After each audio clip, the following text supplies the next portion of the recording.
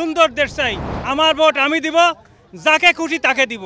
নতুন সরকারের কাছে প্রত্যাশা করতেছি আমরা যেন এই দিন আর না দেখি। সবকিছুর শেষে একটাই মূল চাওয়া, দুর্নীতিমুক্ত দেশ। ভেদাভেদ থাকবে না, জাতি ভেদাভেদ থাকবে না। হিন্দু, মুসলমান, বৌদ্ধ, খ্রিস্টান সবাই একসঙ্গে মিলে কাজ করব। মানে এর পরবর্তী যে কোনো নতুন সরকারি আসুক না কেন, এটা থেকে একটা শিক্ষা নেবে যেন এরকম আমরা ভবিষ্যতে যেন না করি। এরকম করলে স্বৈরাচারের পতন এখান থেকে শিক্ষা নেবে যে আমরা যেন এরকম না করি। এরকম আমরাও যদি করি তাহলে আমাদের ভবিষ্যতে এরকমই হবে।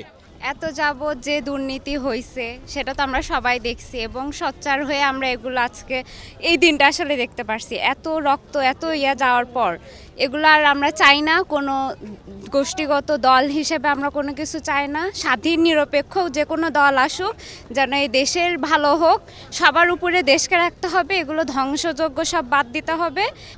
সামনের দিন শুধু আমি একটা কথাই বলবো, আমাদের অতীতের যত ভুলভ্রান্তি হয়েছে সেগুলো আর সামনের দিনে দেখতে চাই না। সমস্ত কিছু সংশোধন করে সামনে আমরা নতুন ভালো কিছুর আশায় আছি। এটাই আসলে আমি মনে করি আমাদের এই পুরো ব্যবস্থাপনাটাই ঢেলে সাজানো উচিত।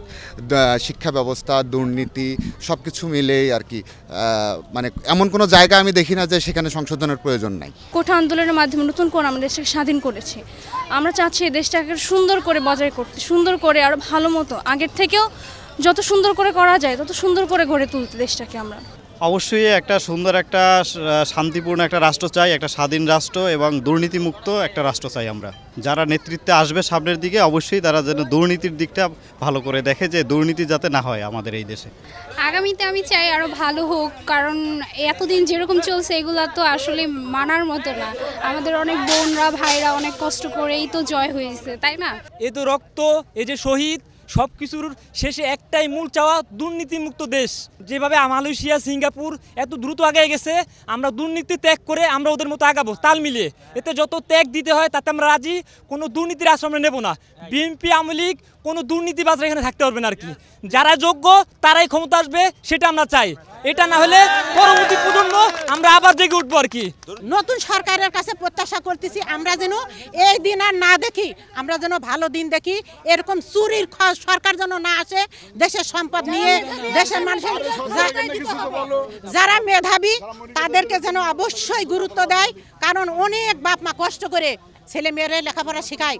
250-টিরও বেশি ডিজাইন অপশন নিয়ে ওয়ালটন স্মার্ট ফ্রিজ, বোঝে আপনার প্রয়োজন।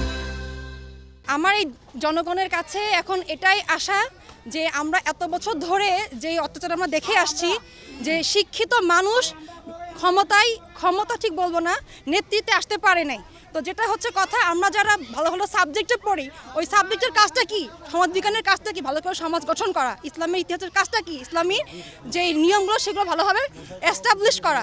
ঠিক তেমনি যতগুলো সাবজেক্ট আছে, এরা যারা মেধাবী, এই মেধাবীদেরকে ক্ষমতার বাংলাদেশের ওই রাষ্ট্রীয় দায়িত্বগুলোতে দেওয়া হোক, যেন প্রকৃত অর্থে দেশের জন্য সুনাম তারা বেয়ে নিতে পারে। আমাদের সন্তানরা, আমাদের ছেলেরা, আমাদের মেয়েরা বুকের রক্ত দিয়ে এই দেশকে 2024 আবার স্বাধীন করেছে।